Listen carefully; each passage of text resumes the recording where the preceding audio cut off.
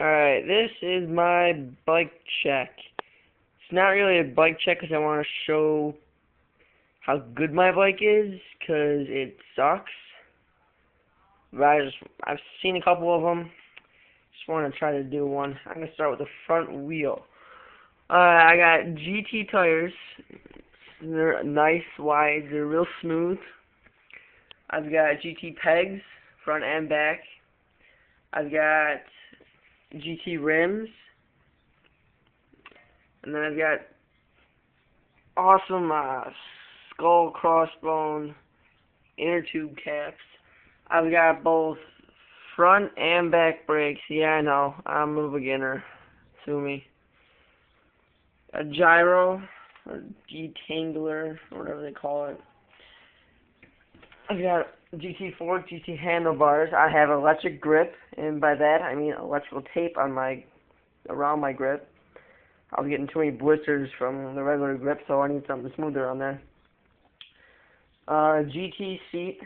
Got some paint on that. Not bad. Some freaking heavy metal pedals that really hurt when they hit your shin. 3-piece crank. I believe I have a 48 tooth sprocket. I'm not too sure on that one. I don't really feel like counting them, so you can deal with it. Maybe a 14 back, maybe more than that, less than that. I'm not sure. But same thing in the back wheel. And people are always asking me, why don't I buy new stuff for the bike? Well, the frame is heavy as hell. The bike weighs 38 pounds. Why should I try to at least make it lighter? I'm just going to buy an entire new bike. Hopefully I'll put a bike check of that one when I get it.